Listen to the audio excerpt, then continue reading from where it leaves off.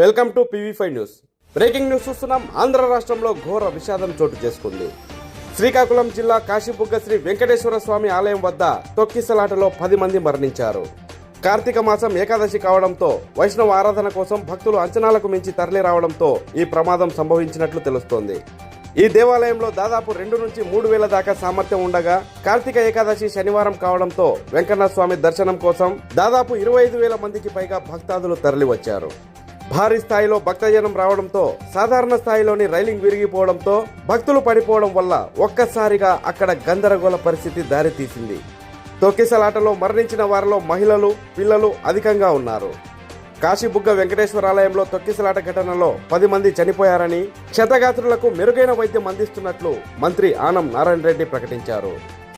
ఈరోజు శ్రీకాకుళం జిల్లాలోని కాశీబుగ్గ ప్రాంతంలో శ్రీ వెంకటేశ్వర స్వామి ఆలయం, అక్కడ ఇవాళ ఏకాదశి పర్వదినాన భక్తులు వేలాదిగా తరలివచ్చి అక్కడ వెంకటేశ్వర స్వామిని దర్శించుకునే సమయంలో అక్కడ తొక్కిసలాట జరగడం, కట్టినటువంటి బ్యారికేడ్లు, క్యూ లైన్లు కూడా అన్ని బ్రేక్ అయిపోవడంతో ఒకరి మీద ఒకరు భక్తులంతా కూడా వాళ్ళ మీద ఒత్తిడి రావడంతో చాలా మంది ఒక అయోమయపు స్థితిలో, ఎక్కడున్నామో ఏమీ తెలియని పరిస్థితిలో కింద పడిపోతే వాళ్ల మీద కొంతమంది జనం నడిచిపోవడం వల్ల తొక్కిసలాటలో దాదాపు 10 మంది చనిపోయినట్టు ఇప్పటికే సమాచారం వచ్చింది.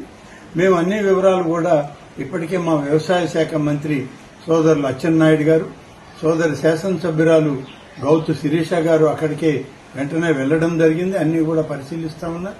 జిల్లా కలెక్టర్ గారు, దేవాదాయ శాఖ అధికారులందరూ కూడా అక్కడే పరిశీలించి వివరాలన్నీ కూడా సేకరిస్తా ఉన్నారు. మొత్తం మీద ఇప్పటికే అందిన సమాచారంలో అయితే 10 మంది చనిపోయారని చెప్పి ఇప్పటికే సమాచారం వచ్చింది.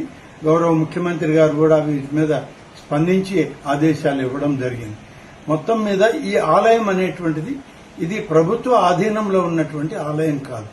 ఒక ప్రైవేటు వ్యక్తి తన సొంత నిధులతో నిర్మాణం చేసిన ఆలయం. దీని వివరాలు కూడా సరిగా ప్రభుత్వం దగ్గర లేవు. దేవాదాయ శాఖ కానీ ఇతర జిల్లా అధికారులకు కూడా ఆ నిర్మాణం చేసిన వ్యక్తి ఈ ఆలయ వివరాలు ఇవ్వకుండా ఇవాళ ఏకాదశి పర్వదినాన దాన్ని ప్రారంభించుకుని ఎక్కువ మంది భక్తులు రావడం జరిగింది. ఆ ఆలయ పరిధి కేవలం 2-3 వేలు మాత్రమే సరిపోయేటువంటి ఆలయం. కానీ ఈరోజు ఈ ఏకాదశి కారణం కార్తీక మాసం వల్ల దాదాపు 25,000 మంది పైన జనాభా వచ్చారని, అందులో సరైన క్యూ లైన్ లేకపోవడంలో తొక్కిసలాట జరిగిందని ఇప్పటి వరకు మాకు అందుతున్న సమాచారం. కానీ ఏదేమైనా అంతమంది భక్తులు చనిపోవడం అనేటువంటిది చాలా బాధాకరం. వారి కుటుంబ సభ్యులకి రాష్ట్ర ప్రభుత్వం తరఫున, దేవాదాయ శాఖ తరఫున వారికి ప్రగాఢమైన సానుభూతిని తెలియజేస్తూ ఇప్పటికే క్షతగాత్రులైన వాళ్ళందరినీ కూడా అన్ని ఆసుపత్రులకు తీసుకెళ్లి వాళ్ళకి కావలసినటువంటి మెరుగైన వైద్యం అందించాలని, మరి ఎటువంటి ఎక్కువ మంది ఇంకా దానిలో ఇబ్బంది పడకూడదని చెప్పి అధికారులకు ఇప్పటికే ఆదేశాలు ఇచ్చాం.